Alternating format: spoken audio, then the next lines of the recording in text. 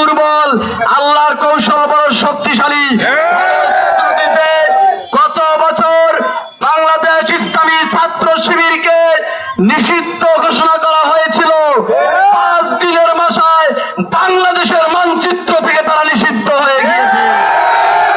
সুতরাং এখান থেকে শিক্ষা নিয়ে বলতে চাই, আগামী দিন আর কোন প্রতিবাদ বাংলাদেশে কায়েম হতে দেওয়া হবে না।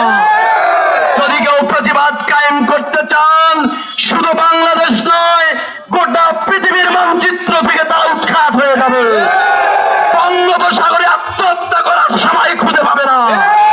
সুতরাং আগামী প্রজন্মকে 24-এর গণতন্ত্রের মধ্য দিয়ে গঠন করা হবে। আগামীর দেশ হবে 24-এর চেতনা অনুযায়ী। এই চেতনা আমরা ধারণ করি। এই চেতনার আলোকে আগামী দিন আমরা নতুন বাংলাদেশ বিনির্মাণ করব।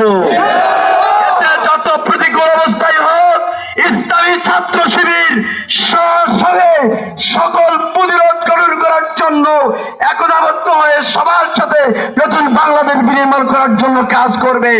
এই কথা বলে আমি আমার সংক্ষিপ্ত করে এখানে শেষ করে দিচ্ছি। আসসালামু আলাইকুম ওয়া রাহমাতুল্লাহি ওয়া বারাকাতুহু।